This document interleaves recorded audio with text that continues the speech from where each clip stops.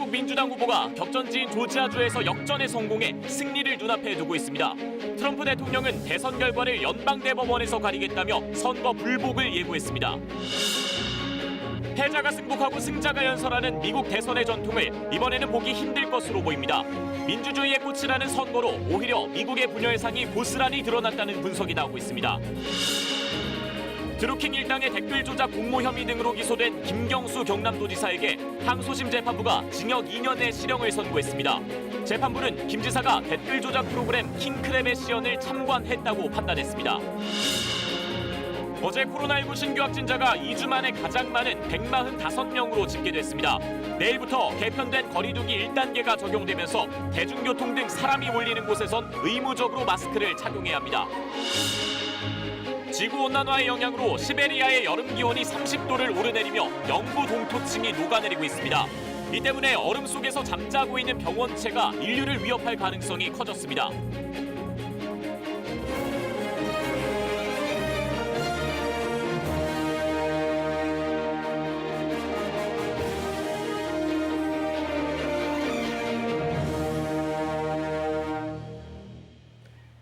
안녕하십니까. 미국 대선 개표 나흘째 민주당 바이든 후보가 승리를 눈앞에 두고 있습니다.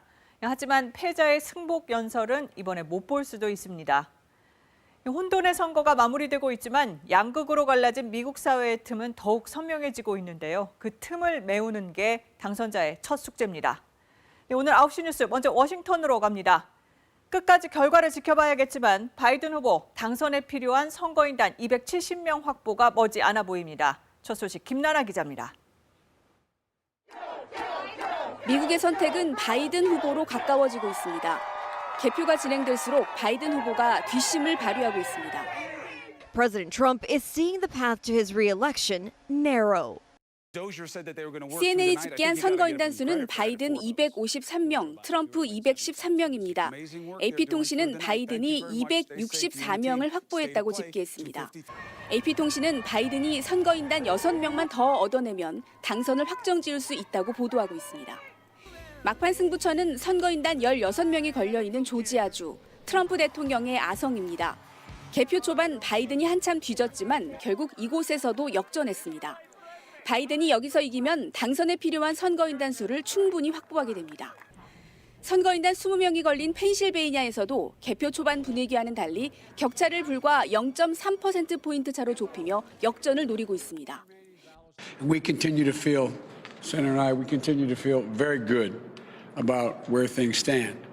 We have no doubt that when the count is finished, Senator Harris and I will be declared the winners. 미국 대선 개표 전례 없이 나흘째 이어지고 있습니다. 지난 대선에선 하루 만에 결론이 났습니다. 워싱턴에서 KBS 뉴스 김나나입니다. 개표 결과에서 특히 보수의 텃밭인 애리조나와 조지아에서 바이든 후보의 선전이 눈에 띕니다. 애리조나는 개표 내내 앞섰고 조지아에서는 개표 나흘째 트럼프 후보에 역전했습니다.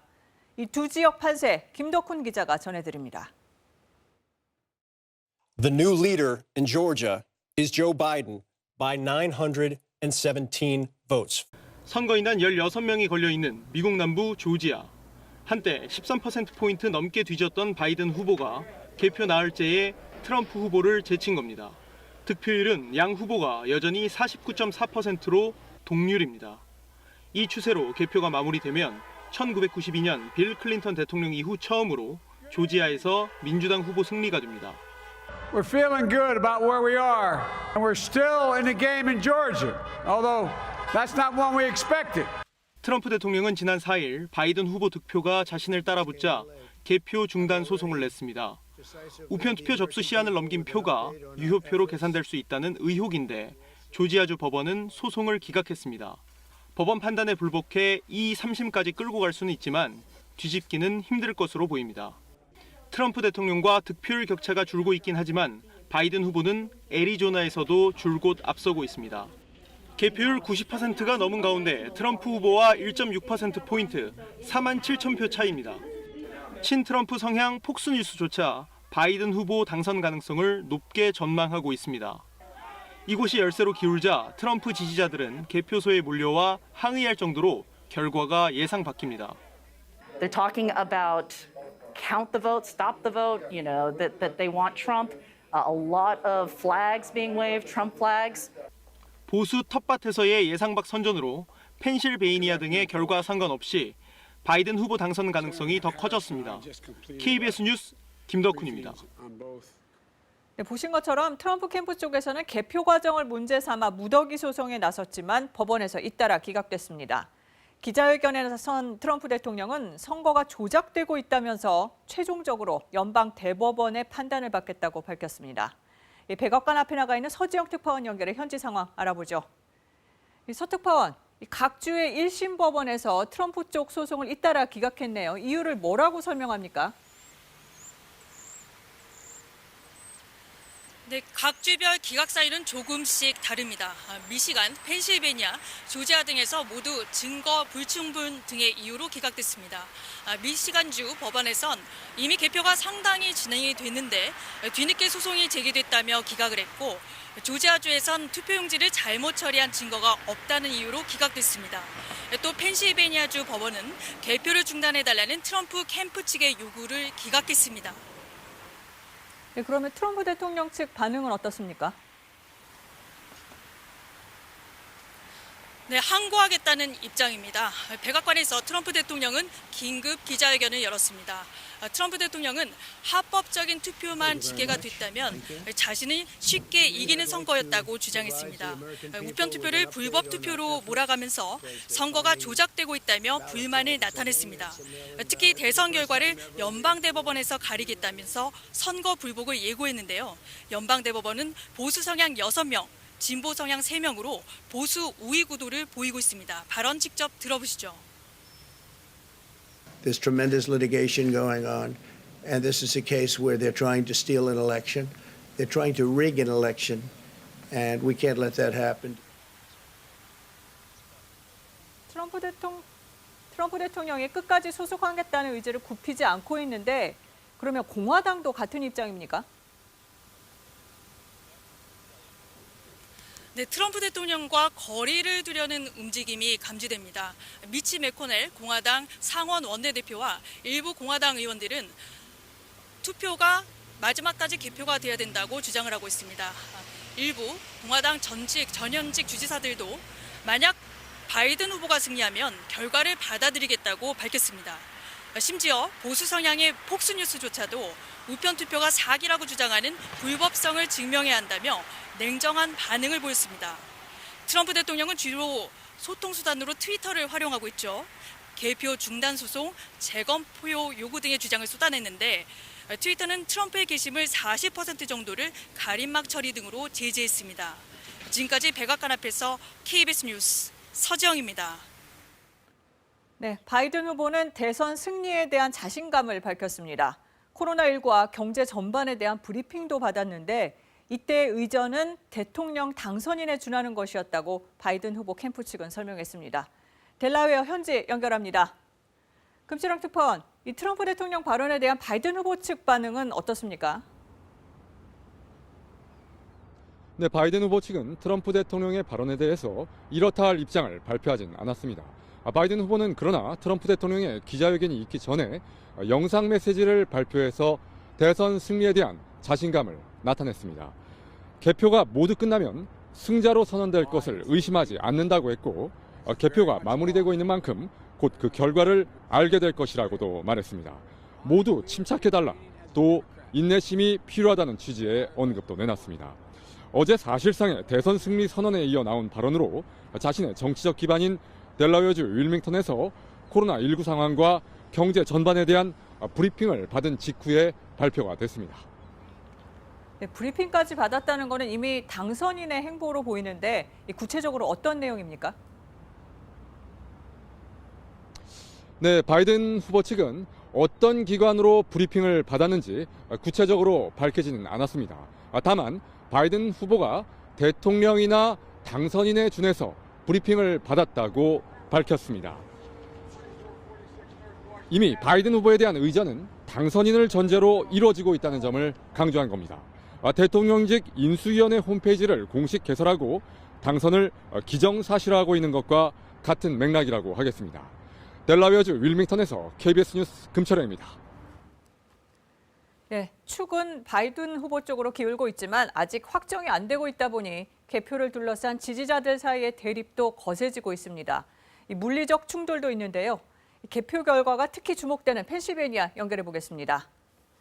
한보경 특파원, 이 펜실베니아 개표 결과에 미국 유권자뿐 아니라 세계 이목이 쏠려 있다고 해도 과언이 아닌데 아직도 진행 중이죠. 네, 바이든 후보가 현재 맹추격 중이긴 합니다. 굉장히 숨가쁘게 돌아가고 있는데요.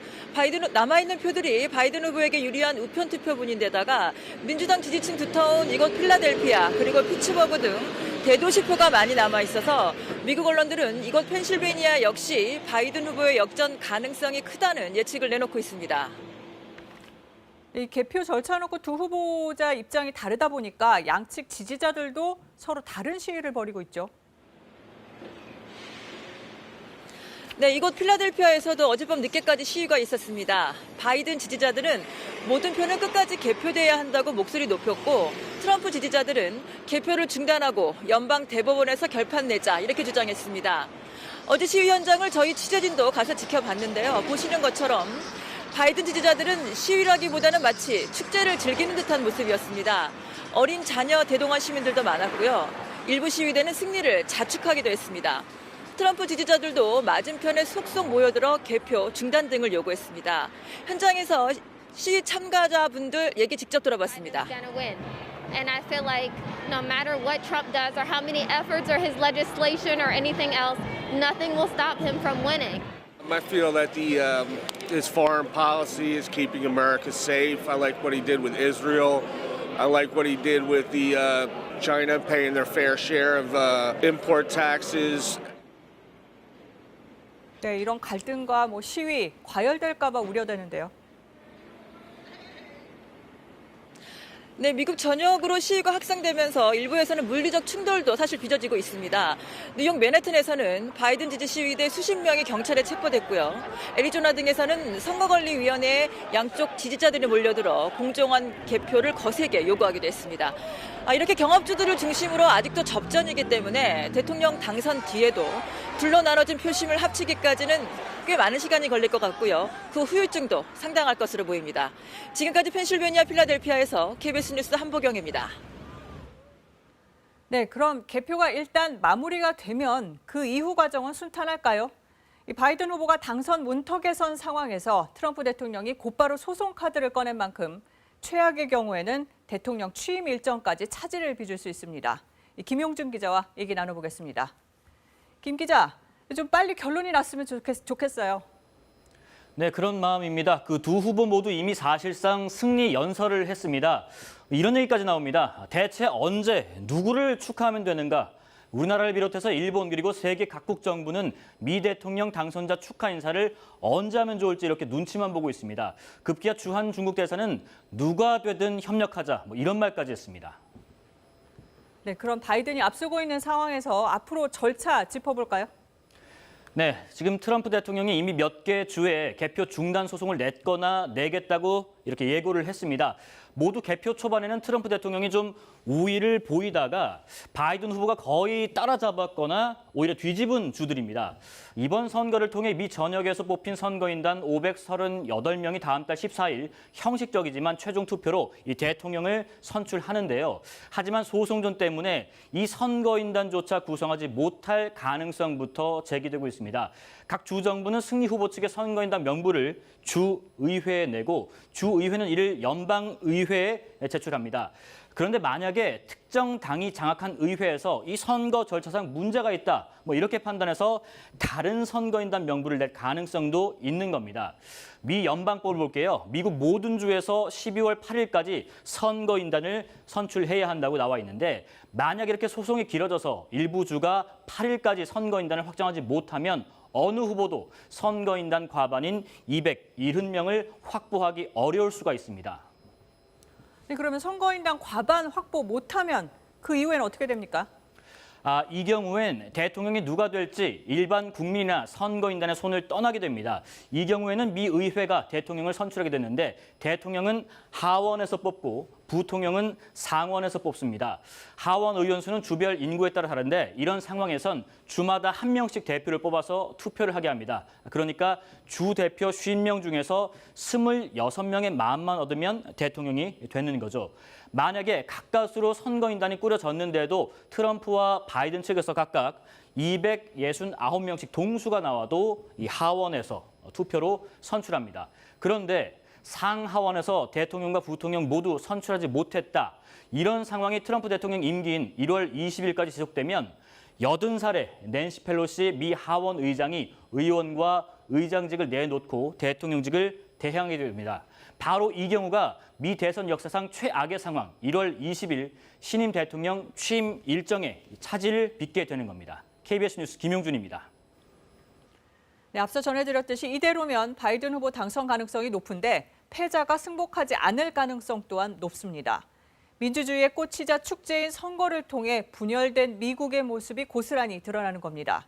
선거 뒤를 더 걱정하는 목소리도 들립니다. 워싱턴 연결합니다. 김은규 특파원, 패자가 승복하고 이후에 승자가 연설하는 미국의 전통이라고 할까요? 이런 모습 이번엔 보기 힘들겠죠? 현재 불리한 입장인 트럼프 대통령 이대로 패해도 승복할 듯 없어 보입니다. 선거를 훔쳐갔다, 사기 선거다라고 말하고 있습니다. 자신을 대통령 만든 미국의 선거 제도를 부정하는 말입니다. 스스로 패배 선언하는 거 기대하기 어려워 보입니다. 네, 선거 결과에 불복하는 건 정치 후진국에서나 볼 수 있는 일인데 미국에서 이러니까 당황스럽기까지 합니다. 미국은 자신들의 민주주의를 수출하는 나라입니다. 최고의 정치 시스템이라 자랑하고 그래서 미국은 다른 나라들과 다른 예외적인 나라라는 자부심이 넘칩니다. 그런 미국의 이런 모습 외부에서 지켜보는 이들도 미국인들도 당황스럽습니다. 네, 선거 제도 자체가 문제 있다는 분석도 있죠. 타협은 미국의 정치 전통입니다. 다양한 인종, 문화가 섞인 미국에서 제도를 뒷받침하는 강력한 기제가 바로 타협입니다. 그 타협의 전통이 있기에 복잡해서 비효율적으로 보이고 심지어 엉성해 보이기까지 한 선거제도가 유지돼 왔습니다. 지방자치인 이 선거제도, 미국 민주주의의 원천이자 힘입니다. 하지만 분열의 시대엔 그 허약함이 이번처럼 개표만 나흘이 걸리는 모습으로 나타나기도 합니다. 선거하면서 치고받고 난입하고 체포되고 총 들고 나오는 난장판이 가능하기도 합니다. 네, 분열 얘기를 했는데 트럼프 시대에 더 날카로워진 것 같기도 해요. 그 전부터 이야기들이 있었습니다. 오바마 시대부터 깊어졌다고 보는 전문가들도 상당합니다. 어느 나라나 분열은 있지만 아플 정도면 문제 있는 겁니다. 미국 사회가 지금 분열로 아파 보입니다. 타협 없고 폭력은 일상이다시피 합니다. 해결은커녕 이용하고 조장하는 이들이 늘고 있습니다. 개표만 나흘째 그 시간 미국의 고민의 시간이기도 합니다. 워싱턴에서 전해드렸습니다. 네, 이번 미국 대선 여러 가지 새로운 기록을 남기고 있습니다. 먼저 누가 되든 최고령 대통령입니다. 바이든 후보가 내년 1월에 취임한다면 78살 최고령 미국 대통령이 됩니다. 73세 재선된 레이건보다도 많은 나이입니다. 또 트럼프 대통령이 이기더라도 내년에 74시 되니까 역시 최고령 기록입니다. 다음으로는 투표율, 기록적입니다. 사전 투표만 1억 명가량 했고 잠정 집계된 총 투표율은 66.9%인데 지난 1900년 이후 120년 만에 가장 높습니다. 또 바이든 후보가 당선된다면 현직 대통령을 이긴 첫 전직 부통령이 됩니다. 2차 세계대전 이후에 재선에 실패한 건 지미 카터, 제럴드 포드, 조지 부시 아버지 대통령 이렇게 3명이었는데 이번에 트럼프 대통령이 지면 4번째가 됩니다. 지금부터 국내 소식 알아보겠습니다. 드루킹 일당의 댓글 조작에 공무원 혐의 등으로 재판에 넘겨진 김경수 경남도지사가 항소심에서도 실형을 선고받았습니다. 다만 공직선거법 위반 혐의에 대해선 무죄가 선고됐고 법정 구속도 미연했습니다. 먼저 박진수 기자가 보도합니다. 민주사회에서는 공정한 여론 형성이 가장 중요하고 이를 조작한 행위를 한 것에 책임을 져야 한다. 드루킹과 댓글 조작을 공모한 혐의로 기소된 김경수 경남도지사의 항소심 선고에서 재판부가 한 말입니다. 1심에 이어 항소심도 댓글 순위를 조작해 포털의 업무를 방해한 혐의를 유죄로 보고 김 지사에게 징역 2년을 선고했습니다. 재판부는 김 지사가 킹크랩 완성도는 98%라는 등의 내용이 담긴 보고 문건을 전달받은 점, 대선 전 최대 500개에 이르는 기사 목록을 드루킹 김동원 씨로부터 전송받은 점 등을 근거로 제시했습니다. 재판부는 조직적 댓글 부대 활동을 용인한다는 것은 존경받아야 할 정치인으로서 절대 해서는 안 되는 일이라고 지적했습니다. 1심에서 유죄로 판단한 공직선거법 위반 혐의는 무죄로 뒤집혔습니다. 드루킹 측의 샌다이 총영사직을 제안한 것을 지방선거 지원에 대한 대가로 보기는 어렵다는 겁니다. 재판부가 보석을 취소하진 않아 구속은 면한 김 지사. 항소심 판단을 납득하기 어렵다며 즉각 상고하겠다고 밝혔습니다. 진실의 절반만 밝혀진 셈입니다. 나머지 진실의 절반은 즉시 상고를 통해 대법원에서 반드시 밝히도록 하겠습니다. 김경수 지사의 댓글 조작 가담 혐의는 이제 대법원의 최종 판단만 남겨놓게 됐습니다. 대법원이 원심을 확정할 경우 김 지사는 지사직 상실과 함께 피선거권을 박탈당해 2022년 대선 출마가 불가능해집니다. KBS 뉴스 박진수입니다. 김경수 지사의 댓글 조작 공모 혐의가 유죄로 인정된 핵심 근거는 역시 킹크랩 시연이었습니다. 김 지사 측은 항소심 과정에서 닭갈비 저녁 식사 등을 들어 시연이 없었다고 주장했지만 재판부는 받아들이지 않았습니다. 이어서 김채린 기자입니다. 2016년 11월 9일 저녁 김경수 지사는 드루킹 김동원 씨가 만든 경공모 사무실을 찾았습니다. 특검은 이날 저녁 8시 7분부터 16분 동안 드루킹 일당이 만든 댓글 조작 프로그램 킹크랩의 포털 접속 기록을 확보했습니다. 3개의 아이디가 반복해서 기사 댓글에 공감과 비공감을 자동 클릭한 겁니다. 특검은 이 과정이 김 지사에게 킹크랩을 시연한 거라고 주장했는데 1심에 이어 항소심도 특검의 손을 들어줬습니다. 재판부는 김 지사에게 직접 시연을 했다는 드루킹 김 씨 등의 기억과 킹크랩 로그 기록의 연관성에 주목했습니다. 김 씨는 2018년 옥중 노트에서 김 지사가 경공모 사무실을 2번째로 찾은 날 강의장에서 킹크랩을 구동해 보여줄 것을 개발자에게 지시했다고 밝혔습니다. 재판부는 이 같은 기록이 매우 구체적이고 현실적이라고 판단했습니다. 김 지사 주장대로 김 씨가 무고한 김 지사를 공범으로 끌어들이려 했다면 굳이 시연이라는 일상적이지 않은 이벤트를 꾸며낼 필요는 없었을 것이라고 지적했습니다. 또 킹크랩 로그 기록과 킹크랩 개발 필요성이 담긴 보고 문건이 인쇄된 시점이 김 지사의 경공모 방문 일시와 일치한다며 김 지사가 킹크랩 시연을 본 뒤 댓글 조작을 묵인한 것으로 결론냈습니다. 김 지사 측이 시연이 없었다며 항소심에서 새로 주장한 닭갈비 저녁 식사에 대해선 선고 과정에서 별도의 언급 없이 받아들이지 않았습니다. 그동안 김 지사 측은 저녁 7시부터 8시까지 경공모 회원들과 닭갈비를 먹었고 8시부터는 경공모 브리핑을 들었으니 8시 7분부터 진행된 시연을 볼 수 없었다고 주장해왔습니다. 하지만 재판부는 브리핑 참석자들의 로그 기록 등 객관적 증거들을 볼 때 브리핑은 이미 8시 전에 끝난 것으로 보인다며 김 지사의 시연 참관은 충분히 증명됐다고 판단했습니다. KBS 뉴스 김채린입니다. 오늘 김 지사의 항소심 판결에 대해 민주당은 유감을 표명했고 국민의힘은 당연한 결과라는 입장을 내놨습니다. 김 지사가 민주당의 잠재적 대선 주자로 거론돼 온 만큼 앞으로 정치 지형에도 영향을 미칠 것으로 보입니다. 박혜진 기자가 보도합니다. 김경수 지사의 항소심 유죄 판결 소식에 민주당은 곧바로 납득하지 못한다고 했습니다. 결백과 무죄를 확신하며 진실 규명에 총력을 다하겠습니다. 거듭 강한 유감을 표합니다. 남은 절반의 진실이 제대로 밝혀져 대법원 무죄 판결이 나올 때까지 함께 하겠다고 했습니다. 국민의힘은 당연한 결과라며 대통령의 입장을 요구했습니다. 유죄로 판결된 상황에서 대통령께서 사과하고 입장 표명이 있어야 할 거라고 봅니다. 김 지사를 향해선 사퇴도 촉구했습니다. 김 지사가 친문 핵심으로 불리며 잠재적인 대선 주자로 거론되어 온 만큼 민주당의 대권 구도는 당분간 이낙연, 이재명 양강 구도로 유지될 것으로 보입니다. 항소심 판결이 몹시 아쉽습니다. 대법원의 현명한 판단을 기대합니다. 안타깝다는 말씀 외에는 참 드리기가 어렵네요. 민주당 내에서는 사실상 김경수 카드가 사라졌다는 관측이 나오고 있는데 앞으로 당심이 어디로 향할지가 관건입니다. 한 중진 의원은 상황을 좀 더 지켜봐야겠지만 양강 구도가 내년까지 이어질 경우 식상해질 수도 있다는 견해를 나타내기도 했습니다. 정세균 총리 등 다른 인물들도 거론되는데 대법원 판결이 나오는 시점이 또 다른 변수가 될 수도 있습니다. KBS 뉴스 박혜진입니다. 네, 코로나19 소식입니다. 새로운 확진자는 145명인데 국내 발생은 117명입니다. 서울과 경기 또 충남, 경남에 집중됐습니다. 서울 강서구 보험사에서는 직원들과 그 가족을 포함해 모두 17명이 확진됐습니다. 새로운 집단 감염입니다. 사무실에는 칸막이가 있었지만 공용 공간에서 서로 접촉한 걸로 보입니다. 충남 천안의 콜센터 관련해서는 확진자가 9명 더 늘었는데 마스크를 제대로 쓰지 않은 걸로 조사됐습니다.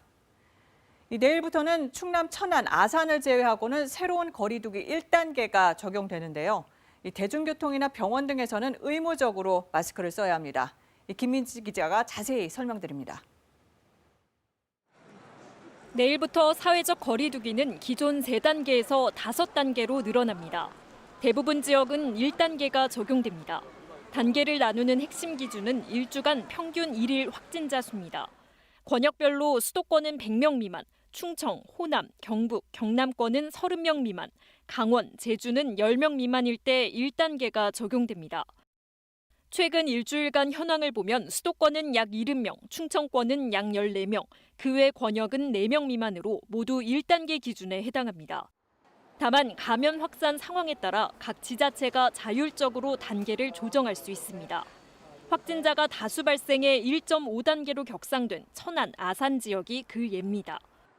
다음으로 단계가 격상될 가능성이 높은 곳은 바로 수도권입니다. 서울과 경기도에서 직장과 헬스장, 학교, 각종 모임을 통해 확진자가 계속 늘고 있습니다.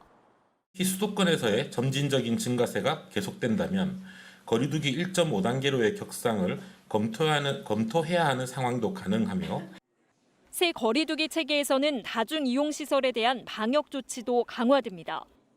중점 일반관리시설 23종에서는 1단계부터 마스크 착용 등 방역 수칙을 의무적으로 지켜야 합니다. PC방, 학원, 결혼식장, 장례식장, 영화관 등이 이에 해당됩니다.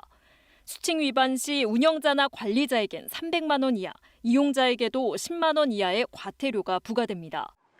사람들이 많이 모이는 대중교통과 의료기관, 집회나 시위 현장에서도 마스크 착용은 필수입니다.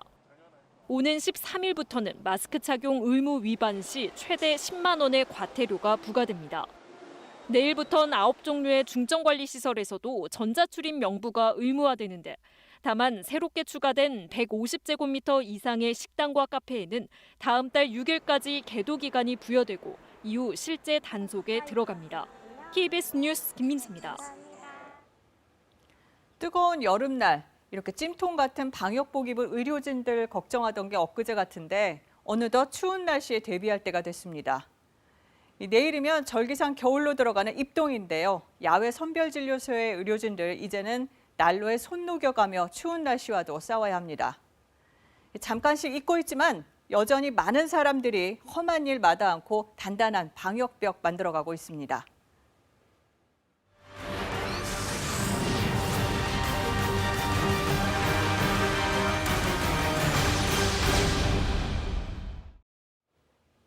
기후위기 대응을 위한 KBS의 연속기획보도입니다. 올여름 무려 50일 넘게 이어졌던 긴 장마 다들 기억하실 겁니다. 시베리아 지역에서 이상 고온으로 더운 공기 덩어리들이 만들어졌는데요. 그 사이로 극지방의 찬 공기가 한반도 가까이까지 내려와 장마 전선이 물러가지 못한 게 역대 가장 긴 장마의 원인이기도 했습니다. 지구온난화로 인한 시베리아 이상 기후가 남의 일만은 아니라는 뜻입니다. 영구 동토층이라던 시베리아에 무슨 일이 벌어지고 있는 걸까요? 지구온난화와 이로 인한 감염병 출현이 되풀이되는 현장을 최창봉 기자가 취재했습니다. 인간이 사는 가장 추운 곳 중 하나로 꼽히는 북극권 내 야말반도. 모스크바를 출발해 꼬박 이틀을 이동하면 툰드라 유목지대에 도착합니다. 이곳에서 대대손손 술록을 치며 살아온 유목민 가족을 만났습니다. 예전엔 여름철에도 섭씨 20도를 넘는 날이 거의 없었는데 몇 해 전부턴 30도를 넘나드는 날이 잦아졌다고 합니다.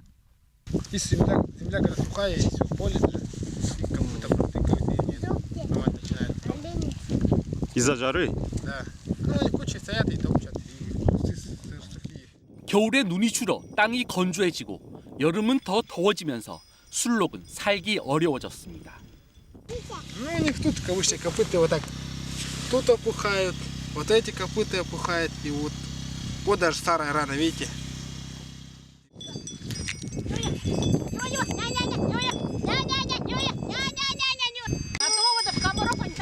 Да. Они сами заходят, приходят. У них там тазик с водой стоит. 어머니 안나 씨는 최근 전기 냉동고를 장만했습니다. 길어진 여름 탓에 이제 냉동고는 생활의 일부가 됐습니다. Сейчас мясо мы храним в морозильнике. Раньше хранили под землей в мерзлоте. Вот и она сохраняется очень долго. Просто она ранее была очень, поэтому рано вот в июне уже. Постоянно у нас снег лежит в июне месяце, а в этом году в июне не было уже снегу совсем уже. 이 지역의 한 호수에선 올해 7월 고대 매머드 화석이 발견됐습니다. 만년 전 사체지만 얼음 속에 파묻혀 있어 근육과 연골, 섬유 조직이 고스란히 보존됐습니다. 사체 안에 어떤 미생물이나 바이러스가 존재할지도 모른다는 뜻입니다. 전 세계적으로 빙하와 영구 동토층이 잇따라 녹으면서 잠자고 있던 병원체 발견이 속속 보고되고 있습니다. Кажется, потому что даже если вирус новый, это еще не значит, что он поражает человека, разумеется. 4년 전에도 시베리아 영구 동토가 녹으면서 얼어있던 술록이 드러났습니다. 사체 속 탄저균이 되살아나 12살 소년이 숨지고 유목민이 20명 넘게 감염됐으며 술록 수백 마리가 폐사하기도 했습니다. Если сибирская язва была бы, то там все олени умерли. Да, от жары все это зависит. Если прохлада, то и олени нормальные. 이 거대한 분화구는 녹아내린 영구 동토층에서 막대한 양의 메탄가스가 방출되면서 형성된 구덩이입니다. 메탄은 이산화탄소보다 수십 배 강력한 온실가스입니다. 온난화로 얼음이 녹고 여기서 나온 온실가스가 다시 온난화를 부추기며 이 때문에 병원체가 출현하는 악순환이 반복되는 셈입니다. 시베리아의 이상 고온은 이제 안나 씨 가족만의 문제가 아닌 바로 인류 생존의 문제입니다. KBS 뉴스 최창복입니다. 보신 것처럼 감염병과 기후 위기는 서로 무관하지 않습니다. 그리고 이 문제는 전 세계가 영향을 주고받는 공통의 문제입니다. 그만큼 근본적 원인 규명이 시급한데요. 송형국 기자가 각계 전문가들을 만나 진단을 들어봤습니다. 올해 전 세계를 강타한 자연재해와 코로나19. 과학자들은 공통적으로 인간 활동의 근본 원인이 있다고 입을 모읍니다.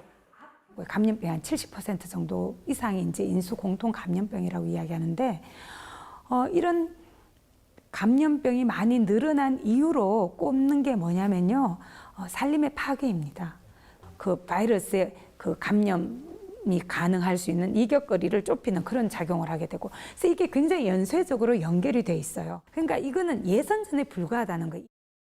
감염병이 갈수록 늘어나고 있는 여러 측면들은 인간이 자초한 측면이 있다라고 그러니까 사람들이 이제 그 자연계를 훼손한다든지 이런 걸 통해서 예전에는 동물과 사람이 만날 수 있는 접점이 별로 많지 않았는데 이제는 갈수록 접점이 늘어난다는 거죠.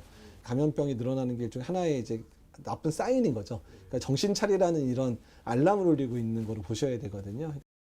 인류가 자연을 개발하는 과정에서 바이러스가 인간에게 넘어오는 통로가 만들어졌다는 데 학계 이견이 없습니다. 그러면서 계속 경고가 있었음에도 불구하고 사실은 우리가 이 경고를 심각하게 못 들었던 그런 과정일 것 같습니다. 그래서 앞으로도 이러한 그 야생동물들 또는 야생생물 서식지와 관련되어 있는 인간 행태가 변하지 않고서는 이러한 질병들의 범람은 아마 강도는 더 강해질 것이다. 기후의 위기를 일으키는 메커니즘과 이런 질병을 일으키는 메커니즘이 거의 유사하기 때문에 그때는 인류가 감당하기 굉장히 어려운 환경이 만들어질 겁니다. 근데 그게 조만간에 올 수 있다는 게 문제인 것이죠. 78억 명의 인류가 대량 생산, 대량 소비를 위해 온실가스를 배출해왔고 이에 따른 자연재해 규모는 갈수록 확대될 것이라는 지적입니다. 만년에 걸쳐서 약 한 4도 정도가 상승을 했어요. 이게 자연에서 가장 빠른 속도예요. 근데 사람은 100년에 지금 1도를 변화시켰거든요. 자, 그러면 사람이 자연에서 변화되는 속도의 한 25배 지금 빠르게 이게 변화를 시켰다라고 하는 건데 이렇게 되게 되면 이 이제 생태계들이 견뎌내지를 못하는 거죠. 뭐 코로나19, 미세먼지, 뭐 금융위기, 뭐 여러 것.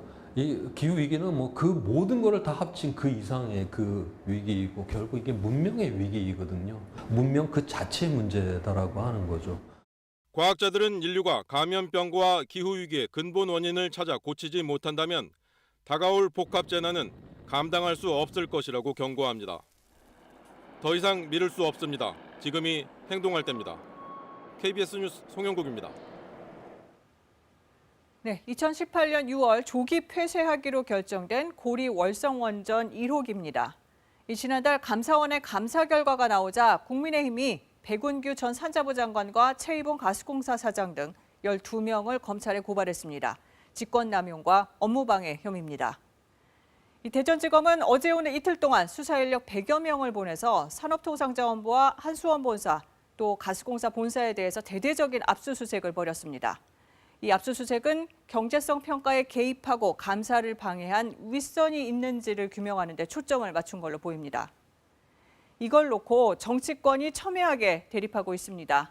민주당은 정치 수사이자 검찰권 남용이라며 검찰에 대한 비난을 쏟아내고 있습니다. 반면에 국민의힘은 탈원전은 사기극이라면서 탈원전 정책의 문제점을 부각하는 데 집중하고 있습니다. 이화진 기자가 보도합니다. 민주당 지도부 회의는 집단적으로 검찰을 비판하는 자리였습니다. 대선 공약이자 핵심 국정과제에 대한 수사는 정치 수사라고 주장했습니다. 정치 수사이자 검찰권 남용이라고 저는 생각합니다. 검찰은 위험하고도 무모한 폭주를 당장 멈춰주기 바랍니다. 감사원이 수사 의뢰도 안 한 상태에서 윤석열 총장의 대전지검 방문 일주일 만에 대대적인 수사가 이루어진 점도 의심된다고 했습니다. 경제성 평가 관련 의혹 수사에만 그치지 않고 국정에 개입해 흔들려는 정치적 의도가 있다는 겁니다. 매우 유감을 표합니다. 유감이라고 말씀을 드렸습니다마는 제가 쓸 수 있는 가장 점잖은 표현입니다.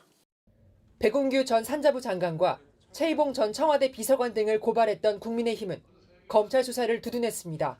어제 압수수색이 일부 있었던 모양인데 벌써 추미애 장관이 이 수사를 방해하려는 의도를 노골적으로 드러내고 있습니다. 나아가 탈원전 정책은 사기극이라며 정책 실패라고 주장했습니다. 탈원전 비판 특강에 지도부를 포함한 소속 의원 3분의 1이 대거 참석했습니다. 결국 우리도 우리의 필요에 따라서 이 원자력 발전이라는 것을 다시 재개할 수 있는 재개하게 할 수밖에 없는 시기가 도래라고 생각합니다. 정의당은 탈원전 정책은 감사 대상이 아니라고 감사원이 판단했는데도 검찰이 과도한 정치 수사를 자임했다는 입장을 내놨습니다. 검찰 특수활동비에 월성 1호기 수사까지 추미애, 윤석열 두 사람을 놓고 정치권은 더욱 대립할 것으로 예상됩니다. KBS 뉴스 이화진입니다. 검찰총장이 특수활동비를 주머니 돈처럼 사용한다. 추미애 법무부 장관이 어제 국회에서 검찰의 특활비 사용 내역을 확인할 필요가 있다면서 한 말인데 하루 만에 후속 조치를 내놨습니다. 대검과 각급 검찰청의 특활비 사용 실태를 조사하라고 지시한 건데요. 대검은 규정대로 집행해서 문제될 것이 없다는 입장입니다. 이재희 기자가 보도합니다. 각 정부 부처마다 배정돼 기밀 유지가 필요한 업무에 사용하는 특수활동비. 사용 내역이 공개되지 않고 증빙 의무도 없어 깜깜이 돈으로 불립니다. 어제 국회에선 84억 원에 달하는 검찰총장 특활비가 논란이 됐습니다. 여당 의원들은 이 돈이 윤석열 총장의 쌈짓돈처럼 쓰인다고 지적했고 검찰 안팎에서 특수활동비 배정을 검찰총장이 마음대로 한다. 그래서 자신의 측근이 있는 청에는 많이 주고 마음에 들지 않는 청에는 적게 주고 있다. 추미애 장관도 맞장구를 쳤습니다. 총장 주머니 돈처럼 아마 그렇게. 하루 만인 오늘 추 장관은 대검과 각급 검찰청의 특활비 사용 현황을 들여다보라고 대검 감찰부에 지시했습니다. 지난해와 올해 검찰총장의 특활비가 검찰청과 대검 부서별로 얼마나 지급 배정됐는지, 그리고 특정 검사 또는 부서에 한 번에 500만 원 이상이 지급된 적이 있는지가 조사 대상입니다. 올해 들어 주요 현안 수사를 두고 윤석열 총장과 대립해온 서울중앙지검에 특활비 배정 액수가 삭감되는 등 차별지급 의혹을 검증하라는 취지로 해석됩니다. 이에 대해 대검 측은 특활비를 자체 규정과 사용 계획에 따라 투명하게 집행하고 있다고 반박했습니다. 검찰청별로 특활비가 차등 지급되고 있다는 의혹에 대해서도 각 검찰청이 총장에게 보고를 하러 올 때마다 수시로 특활비를 집행하고 수령증을 받는다는 입장입니다. 한편 국회 법사위도 오는 9일 대검을 방문해 특활비 사용에 대한 문서 검증에 나설 계획입니다. KBS 뉴스 이재입니다. 한국감정원이 발표한 이번 주 서울 아파트 전세 수급 지수는 130.1입니다. 100을 넘을수록 공급보다 수요가 더 많다는 뜻인데 조사 이래 가장 높습니다. 실제로 서울 아파트 전세값은 71주 연속 상승했고 전국적으로 봐도 오름세입니다. 한 달 전에 대책을 내놓겠다고 한 정부는 여전히 고민 중입니다. 특출난 대책이 있으면 벌써 정부가 다 했겠죠. 그러나 추가적으로 하여튼 할 수 있는 최대한의 고민을 하고 있다는 말씀을 드립니다. 이렇게 전세가 귀해지자 세입자는 이사를 갈 테니 위로금을 달라고 집주인에게 요구하거나 집주인은 계약서에도 없는 월세를 요구하는 등 곳곳에서 마찰이 빚어지고 있습니다. 현장을 이지윤 기자가 취재했습니다. 2년 전 김모 씨는 살던 집을 전세에 놓고 직장 근처로 이사했습니다. 계약 당시 세입자에게 곧 집을 팔겠다고 했고 세입자도 계약이 끝나면 이사를 하기로 했습니다. 그런데 막상 집을 팔려고 내놓자 세입자가 갑자기 이사비를 요구했습니다. 중개사가 연락이 가면 집 좀 보여주실 수 있으세요? 이렇게 얘기했더니 아니 뭐 이사비 당연히 줘야 되는 거 아니에요? 이러는 거예요. 계속 살 마음이 없는데도 계약을 갱신하지 않는 조건으로 이사비를 요구한다는 겁니다. 중개사 하는 말이 딱 그래요. 사모님, 살겨있는 집을 요즘에 살려고 하는 사람이 없어요. 세입자들도 이걸 다 아니까 당당하게 아무렇지 않게 이사비를 요구를 해요. 전세난에 어려움을 겪는 건 세입자도 마찬가지입니다. 이모 씨는 내년 1월 전세 계약 만료를 앞두고 최근 계약 갱신 의사를 밝혔습니다. 그러자 집주인은 계약서에 쓰지 않고 매달 50만 원씩 월세를 추가로 달라고 맞받았습니다. 이면 계약을 요구한 겁니다. 그러면서 받아들이지 않으면 아들을 실거주시키겠다고 했습니다. 통화할 때마다 현재 전세 시세에 대한 얘기를 계속 언급하셨고요. 월세에 대한 부분도 계속 직접적으로 언급하시는 걸 보면은 실제 거주가 맞나라고 하는 의구심이 계속 드는. 새 임대차법이 시행된 이후 대한법률구조공단에 접수된 전월세 관련 상담은 지난해 같은 기간에 비해 40% 넘게 늘었습니다. 전세난 해결책을 찾기 위한 정부의 고민이 깊어지는 가운데 임대차 시장의 혼란은 커지고 있습니다. KBS 뉴스 이지윤입니다. 전국 초등학교 돌봄 전담사들이 처우 개선 등을 요구하며 오늘 하루 경고성 파업을 진행했습니다. 노조 측은 요구 조건이 관철되지 않을 경우 2차 파업도 예고했습니다. 홍서구 기자가 보도합니다. 초등 1, 2학년을 중심으로 전국 20만 명의 학생이 이용하는 돌봄교실. 오늘 하루 65%만 정상 운영됐습니다. 전체 돌봄 전담사의 41%인 4,900여 명이 파업에 나섰기 때문입니다. 맞벌이 부부를 중심으로 작지 않은 불편이 이어졌고 일부 교장과 교감은 비운 자리를 채웠습니다. 돌봄 선생님 두 분 다 안 계셔서 우리 학교는 상시 개방하는 도서관에서 교장과 교감이 나와서 우리 학생들을 관리하고 있습니다. 파업에 참여한 돌봄 전담사들은 전국 곳곳에서 집회를 벌였습니다. 세종시 교육부 앞에선 학교 돌봄 법제화 등을 요구했고 서울 민주당사 앞에선 돌봄 운영을 지자체로 넘기는 법안을 철회하라고 요구했습니다. 아이들을 위한 법이 생기겠구나 라고 기대를 했음에도 그 안을 들여다보니 결국 우리를 내치는 법안이었습니다. 하루 4시간에서 6시간인 시간제 근무를 8시간 전일제 노동자로 전환해 줄 것도 요구했습니다. 실제로는 더 많은 시간을 근무하고 있다는 이유에서입니다. 전담사 16% 정도가 8시간 전일제입니다. 나머지는 다 4시간, 5시간, 6시간. 돌봄 노조 측은 지난 수개월 동안 책임 있는 교섭을 요구했지만 아직 협의체도 구성되지 않았다며 교육부와 시도교육청을 규탄했습니다. 교육부는 학부모와 학생 불편이 초래된 점에 유감을 표명하며 노조 등과 소통해 나가겠다고 밝혔습니다. 돌봄 노조 측은 협상에 2주 정도의 시간을 제시했습니다. 논의가 진전되지 않는다면 참가자들을 더 늘려 2차 파업에 나서겠다고 경고했습니다. KBS 뉴스 홍석우입니다. 내일은 겨울의 시작을 알리는 절기상 입동입니다. 전국 대부분 지역이 아직 늦가을이지만 강원도 산간 지역에선 벌써 겨울맞이가 시작되는데요. 박상희 기자가 겨울 채비 현장에 다녀왔습니다. 대관령 산자락 스키장에 하얀 눈보라가 휘몰아칩니다. 쉴 새 없이 뿜어내는 인공눈에 가을은 금세 하얀 겨울옷을 차려입습니다.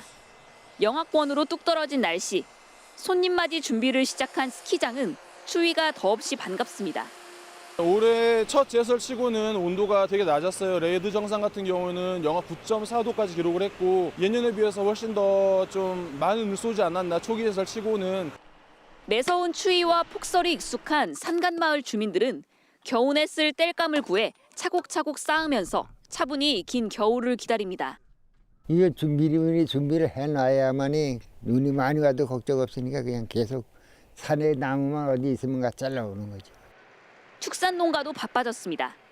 소 먹이로 쓸 건강한 풀을 서리가 내리기 전 서둘러 거둬야만 합니다. 겨우내 소에게 먹일 풀 수확 작업이 한창입니다. 수확한 생초를 비닐에 싸서 숙성시키면 영양가가 더 높아집니다. 우사에는 추위를 막아줄 방한 커튼을 설치하고 톱밥도 새로 깔았습니다.